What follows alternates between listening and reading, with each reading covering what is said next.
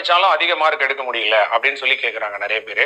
ஏங்க நான் ஒன்று சொல்லட்டுமா, உங்க உழைக்கிற நேரம் அதிகமா இருந்தா நீங்க மார்க்கை பத்தி கவலைப்படாதீங்க. உங்களுக்கான மார்க் உங்களுக்கு வரும். சரியா? நீங்க மார்க் வரலன்னு வருத்தப்படாதீங்க. சரியா? ஒரு டெஸ்ட் எழுதுறோம், நமக்கு மார்க் வரல. பட் இந்த டெஸ்ட்டுக்காக ஒரு 10 நாள் நான் அதிகமா உழைச்சிருக்கேன், அதிகமா படிச்சிருக்கேன், ஆனா எனக்கு மார்க் வரலையேன்னு வருத்தப்படாதீங்க.